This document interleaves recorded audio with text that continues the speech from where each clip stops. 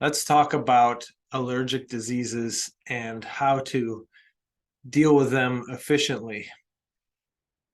Today, we want to understand allergic diseases and we want to answer the question, why can't or why hasn't your dermatologist or allergist helped you?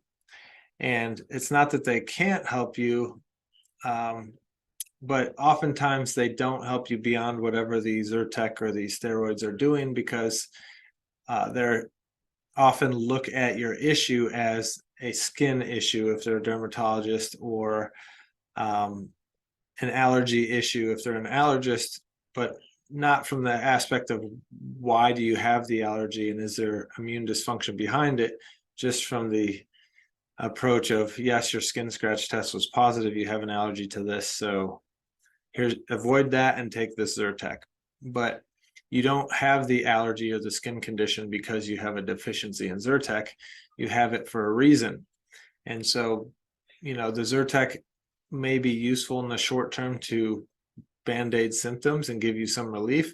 But if you don't go understand the underlying cause of the allergy or the eczema or the asthma or the food reactions or the urticaria or whatever it is, then it's going to be there whenever you stop the Zyrtec and or the steroids.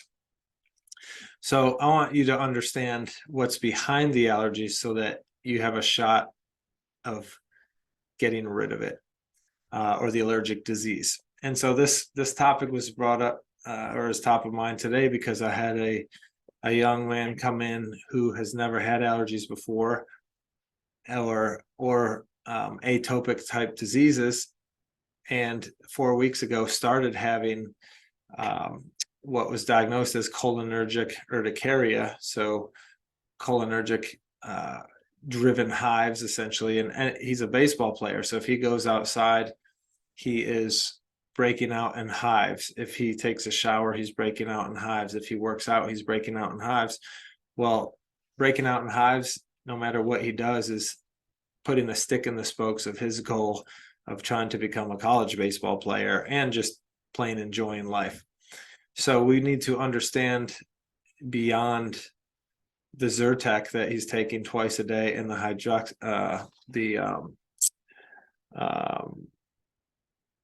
the other antihistamine medication they've given him.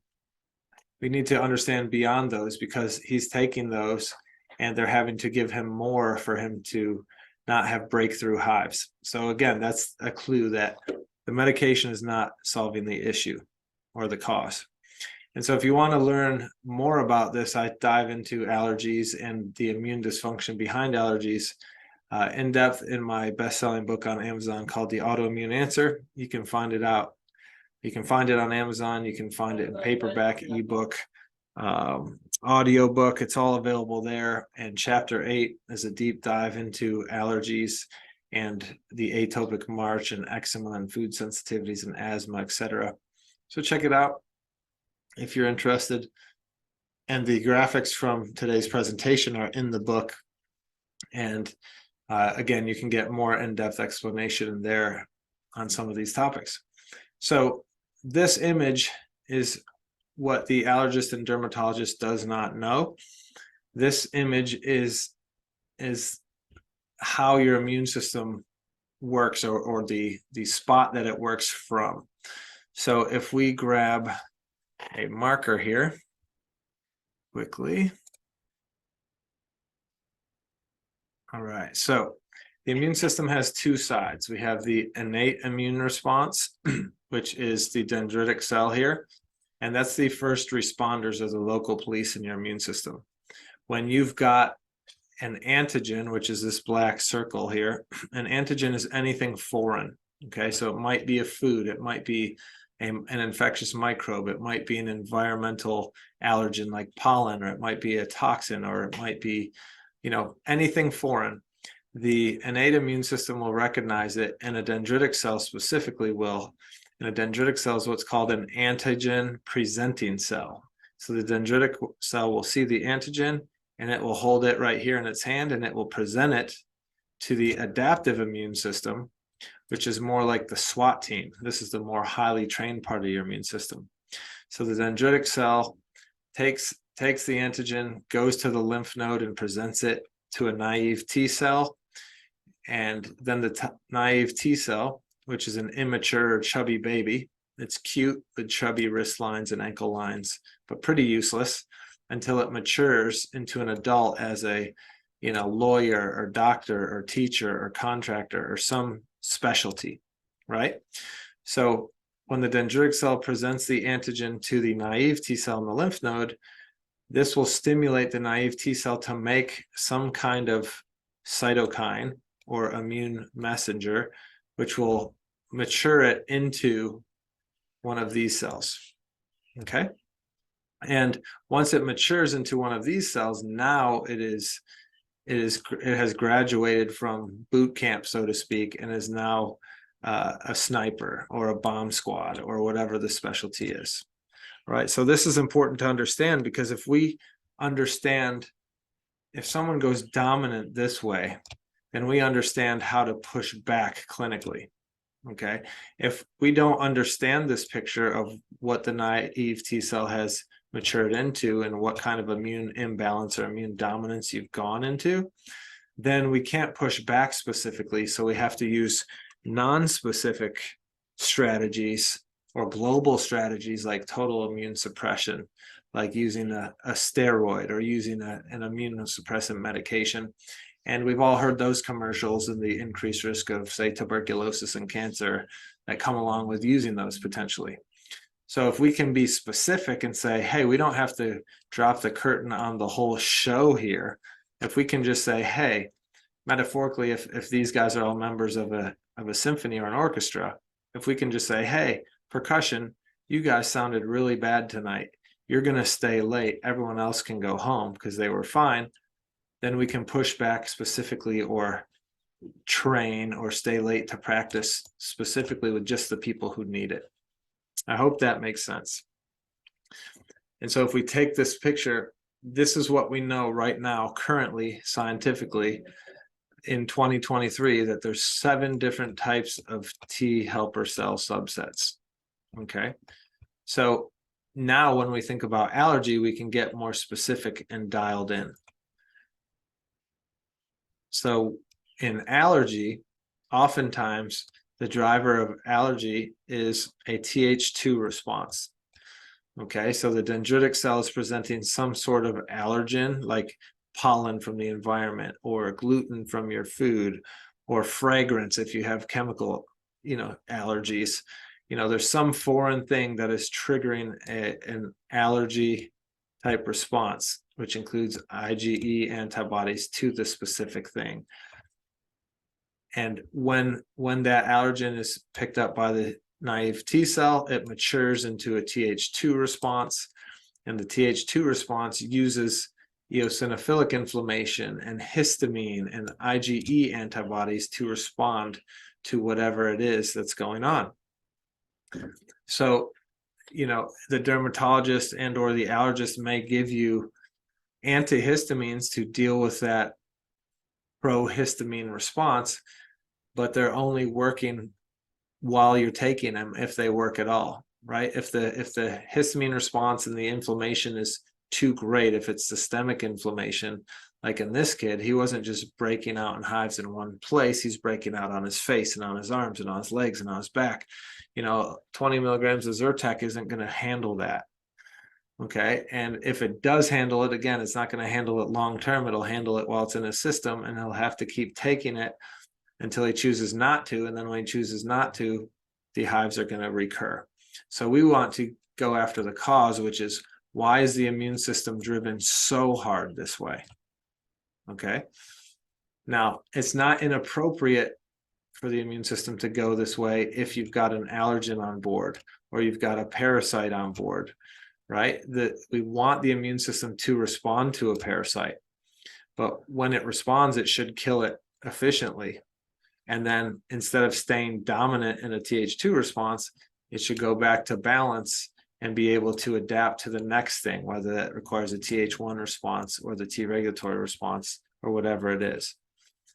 This normal or appropriate immune response to these things becomes inappropriate when it's too robust, too intense, and or too long. And that's what's happened in this kid is he's been dealing for 4 weeks with it constantly, no matter what medications he's using. And it's breaking through the medications. So it's time for investigation to look deeper and say, are there things going on beyond the skin, right? The skin is the symptom of something deeper. Does he have a parasite or mold or yeast or bacterial infection? Does he have allergies? Well, the allergist did the skin scratch test that the allergist did turn red to everything in the environment. It did show up positive to weeds and molds and grasses and that sort of thing. But he's 16 and has never had allergies before. So that positive skin scratch test is not representative of what his normal has been. So why all of a sudden is he lit up to every environmental allergen that they tested, right? Now, Th2 is the most common driver of allergy symptoms, but if it gets too robust, then it might be what's called a Th9 response. And that looks like this. And so one thing I want you to pay attention to is when we talked before about the global picture here, each arrow had different cytokines or different immune messengers on it that drives a specific response. So you'll see in Th2, interleukin 4 is the main driver of Th2. And Th2 response is what most people recognize as allergy, eczema, asthma, those type of EpiPen potentially allergy responses, okay? Th9 also uses interleukin 4. So they're related, but you'll notice a TGF beta is also needed to drive a Th9. So Th9 is Th2, but more intense or worse, okay? So this not only has the hives and or the asthma, eczema, whatever the prohistamine, pro-allergy issue the person is suffering with, it also includes, it's that, but more intense, and often includes exuberant mucus production and other things. So again, maybe if the standard Zyrtec dose that typically may work for a Th2 person, if it's not working in someone who looks like they're Th2, maybe it's because they're Th9. It's more robust and or too robust for Zyrtec to handle. So they might need a stronger medication, or more importantly, it becomes more of an onus to figure out what's going on beneath and stop the driving of this intense response. And then another relation that could be showing up as a codominance or all by itself is a Th17 response. Th17 is the response that's most responsible for the tissue damage and autoimmune disease. And you'll see that it requires these 3 cytokines to be driven forward, and it responds to extracellular infections. So again, parasites, bacteria, molds, yeasts, things like that. And you might not know what this means, but it's a chronic neutrophilic inflammation will drive it. So chronic hollow space infections like gut, lung, sinus, bladder. Okay, so it's possible. Again, you can see all 3 of these include possibility of a GI infection. Well, a GI infection could drive skin issues through gut-skin axis mechanisms, which I discuss in my book, The Autoimmune Answer. I discuss that in chapter 2.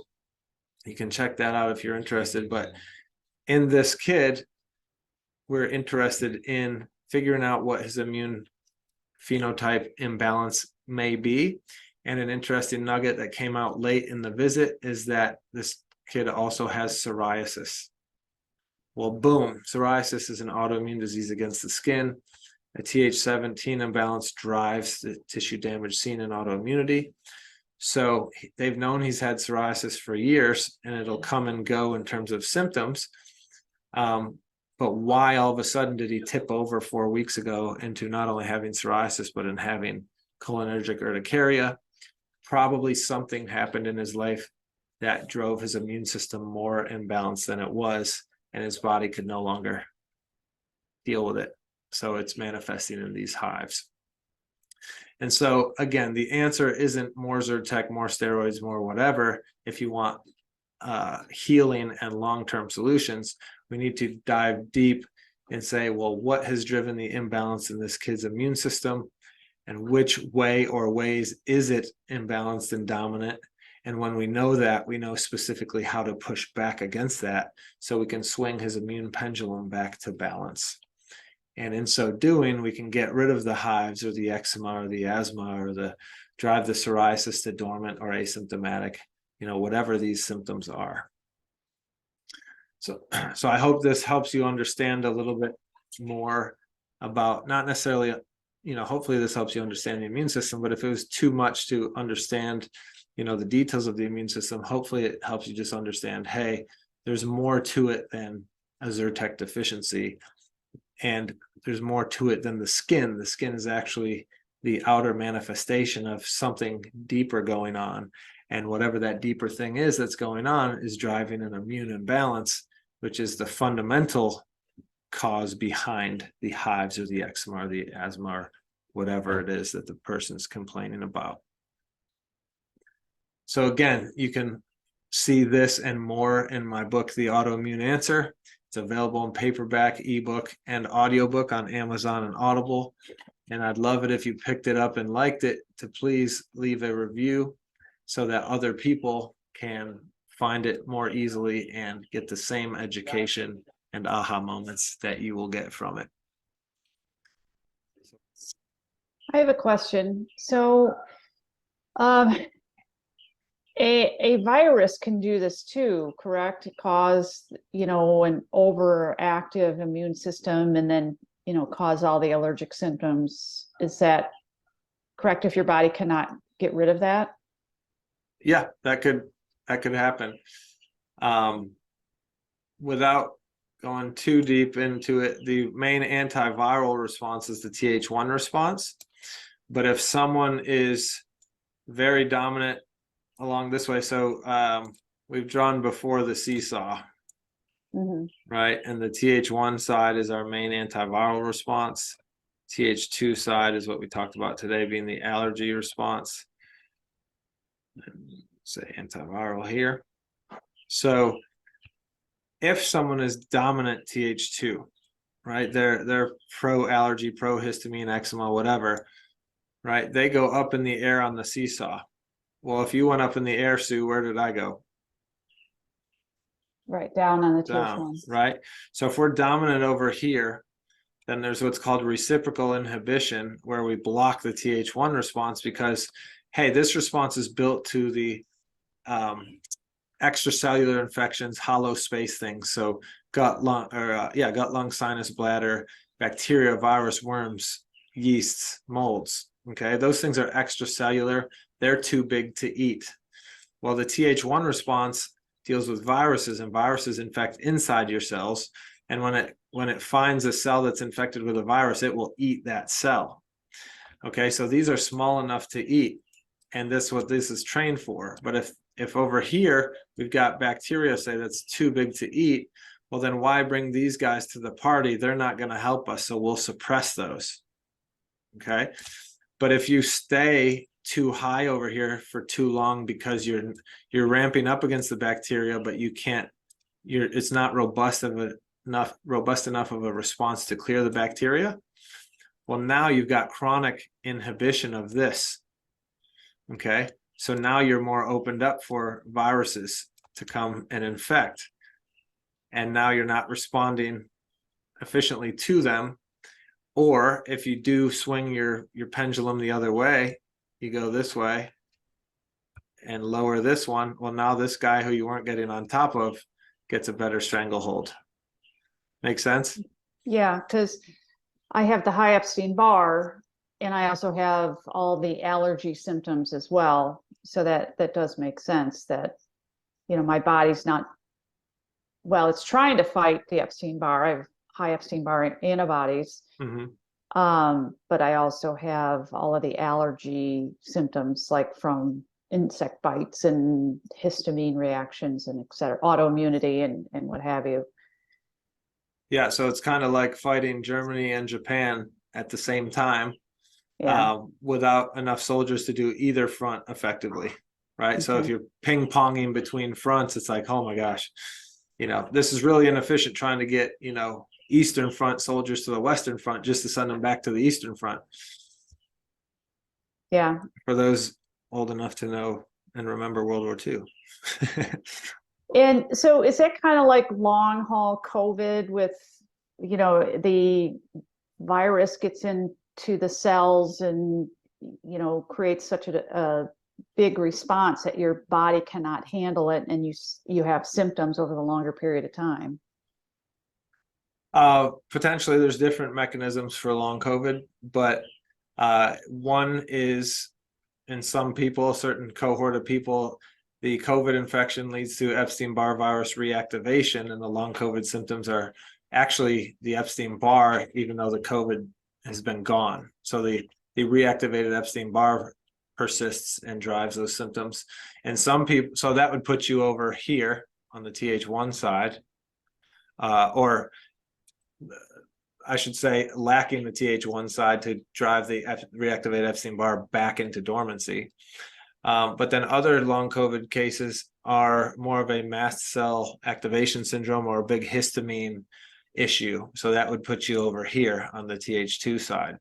Mm-hmm. So it depends on the person. And then of course, you could have walked into COVID, so to speak, with an imbalanced seesaw, and it's like, okay, great, we reactivated this and I overreact to this. So maybe that person's COVID will be longer than the other person's. Does that make sense? Yep. Thank you. Mm-hmm.